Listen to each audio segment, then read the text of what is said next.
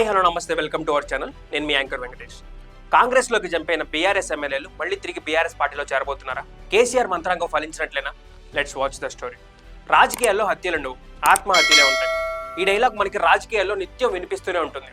ప్రస్తుతం బీఆర్ఎస్ నుండి వెళ్లిన ఎమ్మెల్యేలకి ఈ సత్యం బోధపడిందా అంటే గద్వాల ఎమ్మెల్యే కృష్ణమోహన్ రెడ్డిని చూస్తే అవునని చెప్పాలి.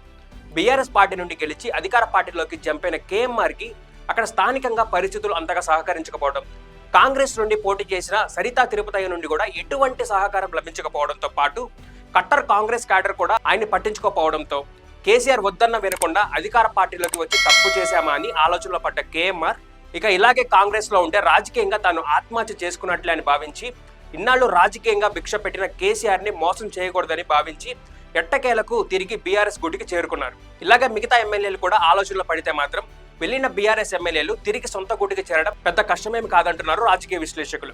ఆల్రెడీ అక్కడ లోకల్ గా ఉన్న నాయకులు గత ఎన్నికల్లో కాంగ్రెస్ తరపున పోటీ చేసి ఓడిపోయినా తమ పార్టీ అధికారంలో ఉండటంతో నియోజకవర్గంలో తాము చెప్పిందే వేదంగా నడవడంతో ఎమ్మెల్యేలుగా గెలిచి ఇక ప్రయోజనం లేదని, అలాంటప్పుడు ఎక్కడ ఉంటే ఏంటని లోపల రగిలిపోతున్నారని తెలుస్తుంది. జగిత్యాల రగడ ఇందుకు ప్రత్యక్ష ఉదాహరణగా చెప్పుకోవచ్చు.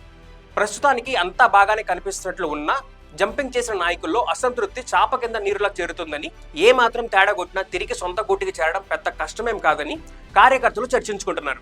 అదే అదునుగా భావిస్తున్న కేసీఆర్ వచ్చే ఎన్నికల్లో కాంగ్రెస్ అధికారంలోకి వచ్చే సమస్య లేదని, ఇచ్చిన 6 గ్యారెంటీలు కాంగ్రెస్ అమలు చేయలేక బొక్కబారల పడుతుందని, బీఆర్ఎస్ బీఫామ్ తీసుకున్న ప్రతి ఒక్క కార్యకర్త గెలుస్తాడని, వచ్చే 15 సంవత్సరాలు తిరిగి మనమే రాష్ట్రాన్ని పాలిస్తామని నాయకుల్లో కార్యకర్తల్లో మనోధైర్యాన్ని నింపుతూ లోలోన మంత్రాంగం నేర్పుతున్న కేసీఆర్ తిరిగి తన పార్టీ నుండి వెళ్లిపోయిన ఎమ్మెల్యేలలో ఎంతమందిని తిరిగి వెనక్కి రప్పిస్తాడన్నది కాలమే నిర్ణయించాలి.